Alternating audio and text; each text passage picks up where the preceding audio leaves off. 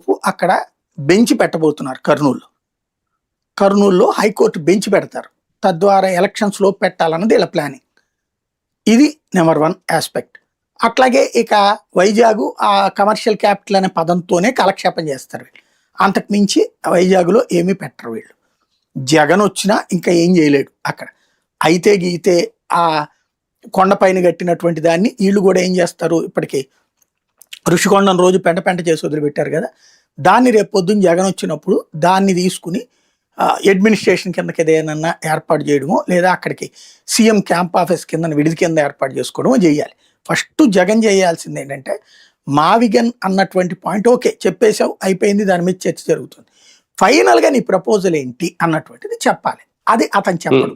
చెప్తే వెంటనే వీళ్ళు దానికి ఆల్టర్నేటివ్ లేదా దాని మీద నెగిటివ్ చేస్తారు. కాబట్టి పోనీ అతను అధికారంలోకి వచ్చి అన్న చేయగలుగుతాడంటే అతని వల్ల కాదు, చెయ్యనియరు.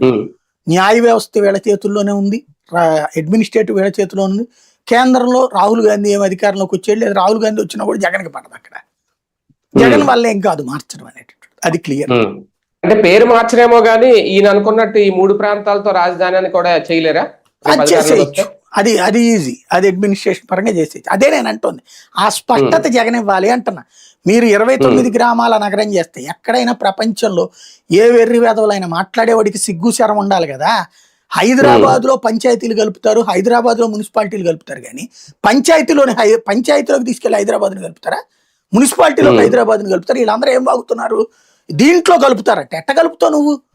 అమరావతి అనో మున్సిపాలిటీని 29 గ్రామాలు అయితే అని చంద్రబాబు గారే చెప్పారు కదా. మున్సిపాలిటీలో కార్పొరేషన్ కలుసుద్దా, కార్పొరేషన్ మున్సిపాలిటీ కలుసుద్దా? Guntur corporation, Vijayawada corporation. ఇప్పుడు అక్కడ సంఖ్య కూడా పెంచుతున్నావు నువ్వు, 80-90 మంది కార్పొరేటర్లు, ఇక 70-80. అంటే పెద్ద కార్పొరేషన్లే కదా ఇవి. పెద్ద కార్పొరేషన్ తీసుకెళ్ళి చిన్న మున్సిపాలిటీలో కలుపుతావా? అసలు ఇది యాక్సెప్టబుల్ పాయింటేనా ఎక్కడన్నా ప్రపంచంలో? మనం ఆంధ్రాకి పెద్ద దరిద్రం ఏంటయ్యా అంటే వీళ్ళెవడు చదువుకోనోడు కాదు, అందరూ చదువుకుని ఏం మాట్లాడుతున్నారు అర్థం కావట్లేదు. నాయకులను దేవుళ్ళుగా భావిస్తా మన రాష్ట్రానికి జరుగుతున్న నష్టాన్ని గురించి మాట్లాడలేకపోతున్నారు వీళ్ళు. అది దరిద్రం. సార్, ఒకటి సొంత పార్టీలో కార్యకర్తలు నాయకుల వరకే